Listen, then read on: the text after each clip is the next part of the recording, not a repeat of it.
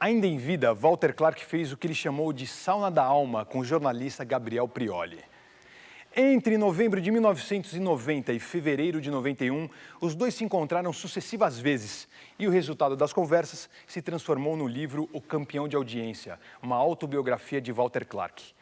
Prioli, em suas próprias palavras, diz que virou uma espécie de terapeuta informal, aquele que, se não aliviou a alma do paciente Walter Clark, ao menos tirou dele sinceras, doídas e alegres recordações que fazem parte da história da TV brasileira.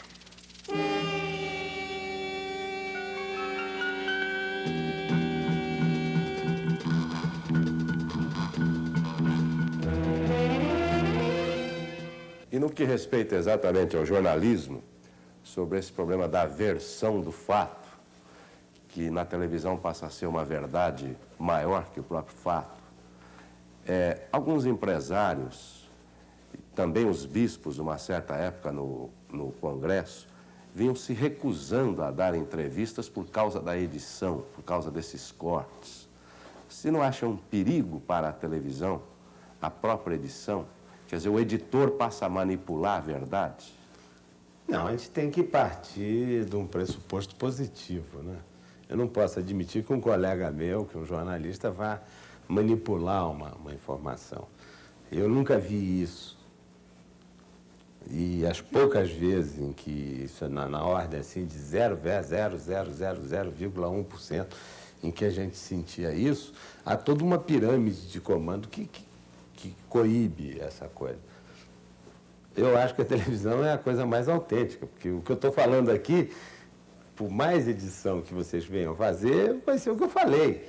Agora, o que eu disser para um jornalista que escreveu, ele pode dar uma versão completamente diferente. Eu acho que a televisão, ao contrário dos outros meios de comunicação e de informação, é o mais fidedigno, é o que tem maior confiabilidade, porque o jeito diz. A gente não pode chegar e dizer, eu não disse isso. Ele está dito. Qualquer manipulação, evidente que pode ser feita, a gente pode editar, montar, mas eu prefiro acreditar no processo ético de quem trabalha nessa matéria, que é um negócio que as pessoas têm que ter sempre atenção. Não sei se talvez seja chato eu ficar insistindo. Quem trabalha nesse nosso negócio tem que... Ninguém melhor do que eu para defender que se ganhe dinheiro. Ganhei muito dinheiro trabalhando nisso. Tenho minha consciência tranquila porque foi um dinheiro ganho honestamente. Agora, temos que ter consciência de que o nosso negócio é um serviço público. Nós não estamos mexendo com 10 pessoas, nós estamos mexendo com milhões de pessoas. Walter, na sua opinião, que papel as TVs educativas deveriam ocupar? Eu me sinto à vontade, ainda que não seja para sentir, porque eu estou numa TV educativa, ela está dando eco ao que eu estou falando. Eu acho que a TV educativa, fundamentalmente, devia se preocupar com a educação. Eu acho que ela deve ter a sua faixa de lazer, de cultura, evidentemente, sendo TV educativa, mas onde ela falhou o tempo todo, e aí eu não estou julgando a TV educativa de São Paulo, estou julgando o conceito de TV educativa, foi de não ser um elemento catalisador do processo da melhoria do nível de alfabetização. O único projeto educativo que deu certo no Brasil foi um projeto no Maranhão, um projeto João de Barro, quando não tinha nem canal de televisão. Era um videocassete que o sujeito gravava e distribuía nas salas de aula. Aqui mesmo, na TV Cultura de São Paulo, eu fiz na TV Globo o projeto Vila César. Foi gravado aqui. Que era um projeto de pré-alfabetização e que tinha muito a ver com o Brasil, porque ele era destinado aos guetos minoritários das comunidades americanas, especialmente os chicanos, os negros, os porto-riquenhos. Eu acho que a televisão educativa ela se perde em não fazer esse tipo de pesquisa. E quando eu saí da Globo, eu me lembro que me ofereci ao Ney Braga, me ofereci, assim, quer que eu organize uma rede de TV educativa no Brasil? Ah, mas nós não vamos ter dinheiro. Eu tinha a fama de ganhar muito dinheiro e ganhar muito dinheiro realmente, porque eu tinha a comissão no lucro e no faturamento. Nós não temos dinheiro para te pagar. Não, mas não quero receber, não. Eu quero trabalhar, pô. Acho que é importante isso. Mas não ficaram com medo, achavam que ia desagradar o Roberto Marinho e não, em 77, nós estamos em 83, 6 anos atrás, não se organizou uma rede educativa com a finalidade explícita de educar, quer dizer, pegar o cara da Unicamp, pegar o cara da USP, pegar o cara da PUC, que é o professor, e fazer esse cara se confrontar com um técnico em comunicação e criar uma forma desse tubo dessa câmera, dos 3 tubos dessa câmera, passarem mensagens de educação. Não, então ficou muito empírico e tal. Nós temos um estado como Minas Gerais, que não é o estado mais pobre do Brasil, em que 70% das professoras de curso primário não têm o curso primário. Então, o problema de educação no Brasil é o grande problema. E na sociedade capitalista é o maior problema. Nós não vamos resolver isso com lei, não vamos resolver isso com FMI, não vamos resolver isso de jeito nenhum. Nós vamos resolver tornando o sujeito produtivo, o sujeito competente, o sujeito produzindo, o sujeito consumindo. Pode ser até cruel, pô, mas é a síntese do regime capitalista, que foi o que nós optamos. Acho que optar por qualquer outro também agora é burrice. Mas se nós não capacitarmos o homem, se nós não prepararmos o homem para produzir, nós vamos morrer numa imensidade, e os números nossos já são de milhões, né?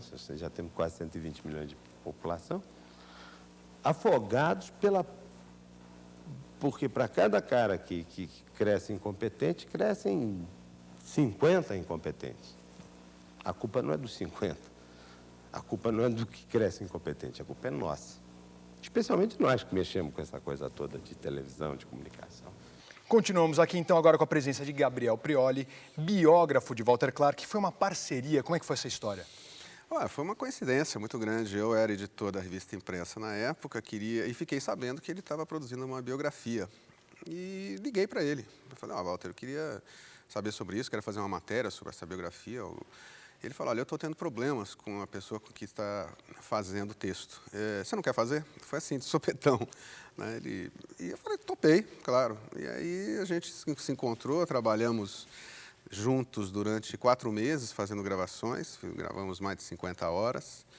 E no total foram 9, quase 10 meses de trabalho entre gravação e edição para produzir a biografia. Vocês já se conheciam antes ou não? Ou foi ao acaso mesmo? Você ligou ou já se conheciam? Não, já nos conhecíamos na época em que o Walter esteve aqui em São Paulo dirigindo a Bandeirantes. Né? Ele teve um período aqui no início dos anos 80, exatamente.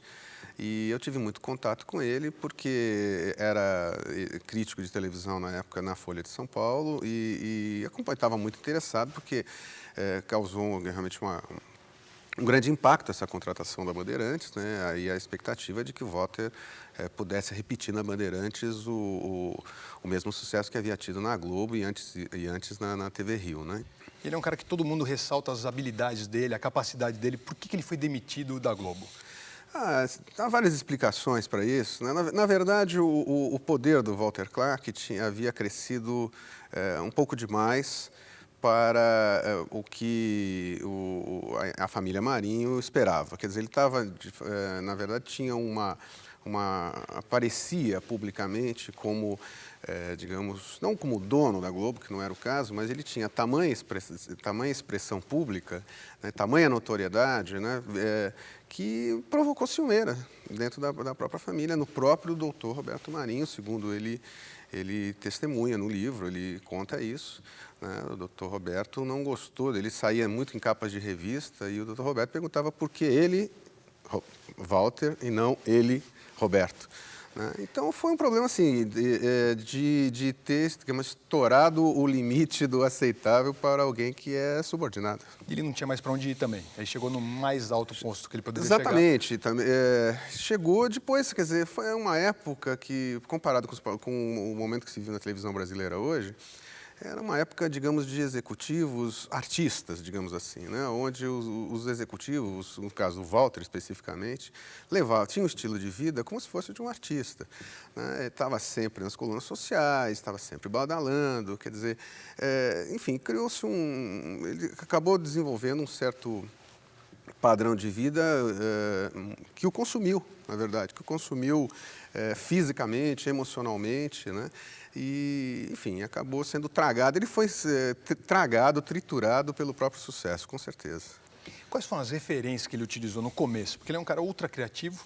Quais foram as referências? Ele via muitos programas americanos ou era tudo dentro da cabeça dele mesmo? Não, o Walter sempre disse que a grande inspiração dele é o cinema, né? Ele assistiu muito cinema, ele tinha, de fato, uma vasta cultura cinematográfica, né? E procurava aplicar, de alguma forma, o conhecimento que ele tinha de linguagem cinematográfica e de organização da própria indústria do cinema, que era uma coisa que ele estudava, aplicar esses padrões à televisão, né? O Walter foi grande, sobretudo no ponto de vista da comercialização da televisão. Antes de Walter Clark, o comercial da televisão brasileira, o departamento comercial, era realmente uma balbúrdia.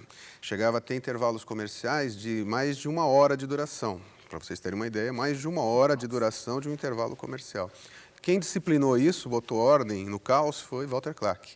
Foi o primeiro que estabeleceu critérios técnicos bastante seguros e confiáveis para a comercialização de televisão. Foi um homem muito importante também na montagem da programação da televisão brasileira. Ele criou a grade, praticamente. Criou a grade, exatamente. Esse formato que nós temos hoje na emissora líder, que é a Globo, né, que é esse ensanduichamento de novelas com telejornais e tal, que permite que a audiência se mantenha a audiência durante dia a dia, do início até o fim da noite, e depois, ao longo da semana, de segunda até o fim da semana, esse modelo de composição de grade foi do Walter Clark. Eu acho que ele disciplinou, né, algo que era caótico e criou padrões técnicos industriais para uma atividade que era feita antes com muito de espontaneísmo, né, e pouco de técnica, de aplicação, de método, de organograma. Ele soube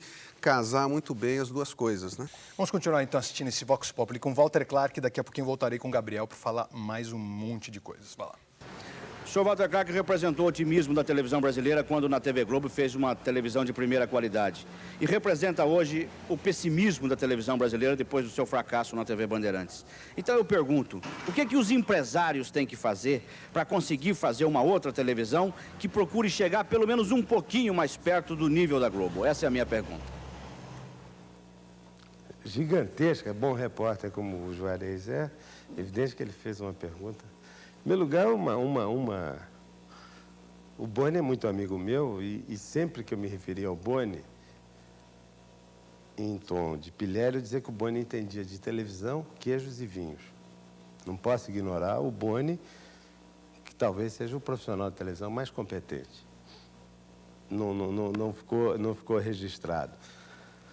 Talvez num momento de desesperança, no momento de sair de um processo... Eu era um dos homens mais importantes do Brasil, quando diretor da Globo. Eu devo ter mencionado que a falta do poder da Globo me trazia carências. Não traz, não. Não traz, porque continuei vivendo a vida. Não deixei de fazer as coisas que eu fazia quando fazia na Globo. E a minha ambição de poder não se resumiu objetivamente em ser diretor da Globo. Agora, a pergunta, a consequência da pergunta do que os empresários podem fazer para abreviar o espaço de competição entre a Globo e as outras, eu acho que é fazer o que o Juarez, que o Luciano, que estão fazendo lá, fazer esporte, fazer notícia. Porque quando tem um grande jogo de vôlei, é criar alternativa. Ninguém cria alternativa, quer dizer. Na hora que a Globo passa a novela, a TVS, que é o segundo canal de São Paulo, passa a novela. Agora, a Globo passa a novela bem feita no Brasil e a TVS passa a novela dublada mexicana de má qualidade. A responsabilidade está com você, Juarez. Você que vai fazer com esporte, e quem fizer notícia vai fazer notícia, é de criar uma opção para quem não quer ver aquilo que a Globo põe no ar e quase que automaticamente vai ser obrigado a aceitar. Não é um problema de empresário, não. É um problema de criatividade e das pessoas que fazem televisão. E você, bom jornalista, bom repórter, integrado numa das coisas que eu acho das mais importantes que tem sido feita ultimamente em televisão, é criar esse caminho do esporte para a TV. Ajudar a desenvolver esse caminho. Walter Clark, logo depois do fato da sua saída da Globo, Boni também teve 2 imagens a seu respeito numa entrevista. Uma delas comparou a rainha Elizabeth, que reina e não governa, num regime parlamentar. E numa outra imagem há um marisco que fica entre o oceano e a pedra, mas sem poder. Você na Globo não tinha todo o poder, pelo menos o poder político. É isso que você busca na vida? Não, gênio. Senão o Boni nem existiria, poxa. O Boni é a expressão mais fiel de uma mentalidade que é a mentalidade minha de organização de equipe. É evidente que o poder total, eu nunca fui dono da Globo. É evidente que num determinado momento, até por respeito à competência do Boni, até por respeito à competência do Zé Otávio, até por respeito à competência do Wallach e do Arce, eu transferi a eles a capacidade executiva. Era um período terrível, um período em que se falava em caçar canal de manhã, de tarde, de noite. Então, foi um tempo em que o meu trabalho era de ir a Brasília, de conversar, de provar que aquilo não era uma coisa desnecessária ou desmerecível. Agora, marisco, é evidente, e ele deve a isso, a eu ter ficado entre a pedra e o mar, levando paulada de lá e de cá, equilibrando a equipe de um lado e respondendo publicamente pela empreitada ao patrão, ao dono, ao jeito que ganhava tudo.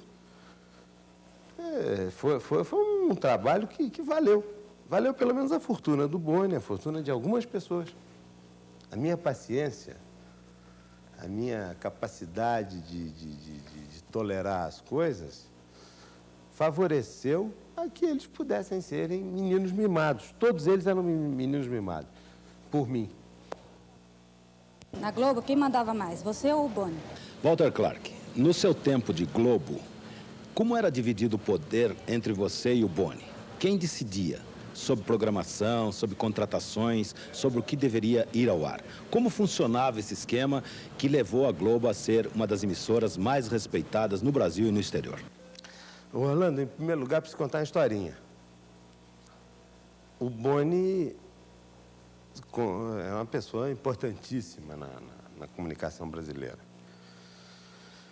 Quando eu fui para a Globo em dezembro de 65, o Boni já tinha trabalhado comigo na TV Rio como diretor artístico e eu diretor comercial, mas eu era a TV Rio, né? A preocupação geral lá que o cara falou. Em meados de 60, final de 63. Quando eu fui para a Globo, chamei o Boni. E eu ganhava 6 milhões de cruzeiros, 6 mil cruzeiros, sei lá. A moeda desvaloriza tanto que eu não sei, mas era na época 1 milhão de cruzeiros mais do que eu ganhava na TV Rio. E tinha uma participação, não é que eu ganhava, eu tinha 2 milhões de salário e o resto era por conta de bonificações de lucro e participação no faturamento. Chamei o Boni. Boni, você vem, eu te pago 6 mil cruzeiros, 6 milhões de cruzeiros, sei lá, a cifra 6, para você vir comigo, porque eu acho que nós dois juntos somos a dupla perfeita. Nesse exato momento, a Tupi, numa das 500 mil tentativas que teve de se identificar como uma única empresa, resolveu montar o Telecentro, contratou o Moacir Franco, o Edmundo Monteiro aqui em São Paulo, convidou o Boni para ganhar 12. Aí eu disse ao Boni, por 12 eu não posso. posso te pagar 6, 12. Então você vai lá, passa um ano lá, faz o teu contrato, luta lá, vira lá, organiza aquilo lá, e daqui a um ano você vem, porque aí eu já botei a casa em ordem e posso te pagar até o 18. E foi o que aconteceu. Ele passou um ano na Tupi e eu passei um ano na Globo. Esse ano que ele passou na Tupi e eu na Globo, eu ganhei. Não é uma balela aqui da televisão. Basta constatar os índices da época, era 27 a 19. Montou o Telecentro, aí ele veio para a Globo. Na hora que o Boni veio para a Globo, ele, que é o cara mais importante, no meu entender, em matéria de engenheiro de uma fábrica de produção audiovisual, o que eu vou chegar para o Boni e dizer, Boni, essa novela assim vai ser assado ou não vai ser assado? Evidente que houveram vários momentos em que a gente convivia, a gente trocava ideia, mas eu passei todo o poder nessa área de produção para ele, porque eu era, a rigor não, eu era diretor-geral da Globo, eu não era um homem de programação, eu não era um homem de vendas, eu não era um homem de administração, eu era o arrumador geral daquela encrenca, especialmente num período de obscurantismo que houve nesse país, em que a censura era violenta, em que as pressões eram terríveis. Então, quem decidia sobre programação era o Boni. E, às vezes, decidia, como ele é um cheio de muito bom coração, não é capaz de botar ninguém na rua, quando ele queria botar alguém na rua, ele dizia que eu que estava botando. Por que você deixou a Globo? Foi problema com Roberto Marinho? É um processo de apodrecimento, quer dizer. Eu já não tinha mais para onde ir na Globo. Isso tudo faz muita coisa, essa tua simples pergunta faz muita coerência com toda a minha história. Quer dizer, eu era pressionado pelos caras de baixo, que era o Boni, o Zé Otávio, o Arce, o Wallach, que me jogavam para cima. O Roberto Marinho, que tinha ciúme de mim, porque eu aparecia muito, e era mais ou menos natural que eu aparecesse muito. Quer dizer, eu era o jeito que dirigia o maior centro de show business do Brasil, da América Latina, cuíca do mundo. Então eu aparecia, eu era capa de revista, eu dava entrevista. Mas eu hoje estou dando entrevista aqui sem ser nada disso, quer dizer, é uma questão de personalidade. E o Roberto se incomodava muito com isso. O Roberto tem 80 anos, mas acho que tem 30. Acho ótimo isso. Chegou num ponto que eu não tinha mais lugar. Eu estava exprimido, a ideia do marisco aí que surgiu numas perguntas anteriores, eu ficava entre o Roberto Marinho e a minha equipe. E no fim acabou sobrando eu e a equipe lá. Alguns continuaram, outros não continuaram. O Roberto Marinho continuou e a Globo está aí, vibrante. Voltando aqui então com o Gabriel Prioli, falando sobre Walter Clark, quero saber uma coisa. Ele praticamente foi o diretor, a figura mais importante da Globo no auge da ditadura. Muitos acusam a Globo de ter compactuado com a ditadura. Qual era a postura do Walter Clark em relação a isso? Olha, esse tema, né, da relação da Globo com o regime militar, né, você precisa ser visto na ótica do tempo em que ocorreu. A Globo, houve, na verdade, uma convergência de interesses. Né? A Globo, o regime militar precisava de uma rede nacional para fazer, digamos, o seu projeto de integração nacional. Era um projeto dos militares fazer a integração nacional das regiões do país. Né? Isso poderia ser feito de duas formas, através de transporte, estradas e através de comunicações. Comunicações era mais rápido e mais barato também. Mas para isso funcionar, para você ter, digamos, todo o país, todos unidos na mesma emoção, como dizia o jingle da seleção de 70, na Copa de 70, era preciso ter uma rede nacional de televisão. Então, a rede que foi escolhida pelo regime militar e privilegiada por ele, com uma série de facilidades, foi exatamente a Globo. E o Walter tentou, digamos, passou esses anos, como outras pessoas, como Armando Nogueira no jornalismo, com outras pessoas da Globo, atravessou durante esse período inteiro em cima, andando num fio de navalha, né, ali numa corda bamba, né, entre, digamos, contestar ou se opor ao regime, o que faziam pessoalmente, né, digamos, contemporizar com ele. Ele viveu 60 anos exatos e a sua vida é dividida em 3 partes de 20. Os seus 20 primeiros foi o desabrochar de um gênio. Dos 20 aos 40 foi a plenitude dessa genialidade para a televisão. E os últimos 20 foram anos de decadência. Perfeito. Ele nunca conseguiu repetir nos trabalhos posteriores a mesma performance que teve durante a época da Globo e TV Rio. Perfeito. Continuamos com mais um pouquinho de Walter Clark. Daqui a pouquinho voltarei com o Gabriel falar sobre Chacrinha. Aguarde. Especificamente a pergunta se a censura prejudicou seu trabalho, né, na sua vida de televisão. É evidente que prejudicou, teve burrice, que nem o Roque Santeiro. O Roque Santeiro não tinha nada a ver com a censura do Roque Santeiro. Foi uma coisa absolutamente absurda. Eu cito porque eu me lembro, e é o fato talvez mais notório, da ação da censura contra uma estação de televisão. O Roque Santeiro é a história do falso herói. Agora, o prefácio do Roque Santeiro foi feito pelo Paulo Francis, que é um jornalista importantíssimo, um dos caras mais inteligentes do Brasil, ainda que mora em Nova York. Ele fazia ele transformou, ele pintou o Roque Santeiro como se o Roque Santeiro fosse uma represália ao presidente Castelo Branco, coisa que não era verdade. O Roque Santeiro era uma história, como eu já falei, de um herói mentiroso. Ele não era herói. E, por causa disso, o livro do Dias Gomes, no qual foi baseado o Roque Santeiro, foi interditado, e, por causa disso, a novela foi interditada, como a novela do Dust, o Despedida de Casado, que era uma novela séria, na tentativa de fazer uma coisa séria no horário das 10 horas, com o apoio do Gaiarsa, um psiquiatra importante em São Paulo. E a novela foi interditada, além do insuportável convívio, não por ele, mas com o Augusto do Vasco, né? Que pegava o telefone, ligava e dizia, não põe, não teve greve na PUC, não teve isso, não teve aquilo. E a gente, mais ou menos, tinha que se submeter, mais ou menos não, mais para mais do que para menos, tinha que se submeter àquela coisa. A censura é muito ruim, mas eu considero que deve ser avaliado, tanto quanto o lado negativo da censura, o lado da incompetência do concessionário. O concessionário ganha um canal e não sabe por que ele tem um canal de televisão. Ele não sabe que aquela coisa é muito mais do que uma forma de ganhar dinheiro, muito mais que uma forma de produzir entretenimento. É um serviço público. E muito poucos concessionários, e eu falo aqui assim com a maior tranquilidade, porque já fui preposto de vários concessionários, muito poucos concessionários têm a consciência de que isso aqui, a minha relação, que é um programa até de entretenimento, porque eu sou um homem de show business, então a abordagem do problema vai ser sempre sobre esse aspecto.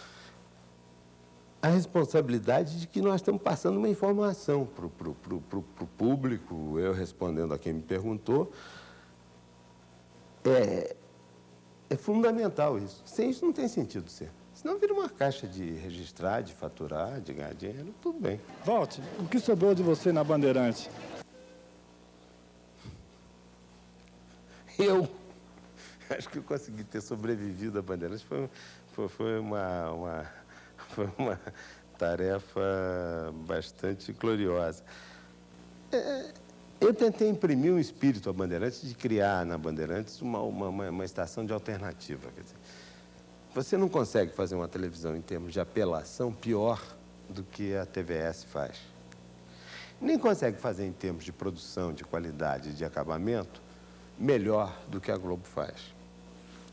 Sendo que em São Paulo você ainda tem aqui a nossa querida TV Cultura, que ainda faz uma televisão que corre numa faixa própria. A minha ideia na Bandeirantes era criar exatamente uma estação dirigida ao público de alto poder de consumo, a classe A, B1. Uma televisão que não se voltasse, não ficasse fixada em obsessão por índice de audiência, porque índice de audiência é uma coisa muito relativa. Se eu tiver 20% de audiência numa faixa de público sem poder de consumo, essa audiência para mim não vale nada, talvez valha mais 5 ou 6, mas com gente com consumo, quer dizer, quem vê o Joemir Betting vê é gente de qualidade. Essa era a filosofia minha, até contrariando porque, como eu já vi aqui nessas horas aqui que a gente está sendo entrevistado, o teor da pergunta é muito passional, das perguntas é muito passional. Você venceu, você perdeu. Se eu quisesse ganhar, é claro que a coisa mais fácil do mundo eu contratava o Homem do Sapato Branco, contratava o Wagner Montes, contratava e ia fazer sucesso. A minha situação, quando eu fui para a Bandeirantes, era uma situação especial e foi muito bem, muito nitidamente colocada para os donos da Bandeirantes. Eu não posso, eu tenho compromissos públicos contra os quais eu não posso me voltar. Eu tenho que fazer uma televisão de qualidade, eu tenho que fazer uma televisão que represente a integração nacional. Quando se comprou satélite, eu fui um dos articuladores, me deu muito trabalho ser um dos caras que comprou essa ligação via satélite da Bandeirantes com o Brasil. Isso não pode significar massificação, isso não pode representar desemprego, muito pelo contrário, porque o que eu acredito é que a televisão ela tem que ter a sua imagem nacional, mas tem que ter também, em contrapartida, os resíduos da cultura regional emitidos para os outros centros. É um negócio complicado, é um negócio de alcance social e tal, mas que eu acho que a televisão tem que fazer, porque a televisão não é brincadeira, pô. Você não vai dar uma concessão para você, precisa ganhar dinheiro. A Globo tem 80 milhões de dólares de lucro por ano. Se ela não prestar um serviço, pô, tem que prender a Globo. Ganhe 80 milhões de dólares, ganhe 100, ganhe 200, mas preste serviço. Então, essa é a minha visão. A Bandeirantes, eu não fracassei na Bandeirantes. A Bandeirantes fracassou comigo, pô. A Bandeirantes não deixou eu fazer o que eu pretendia fazer. E não era nada romântico, não era nada poético, era uma coisa consciente. Criar um segmento de público que desse a Bandeirantes o valor de mídia capaz de pagar aquilo que era investido. Não deu certo.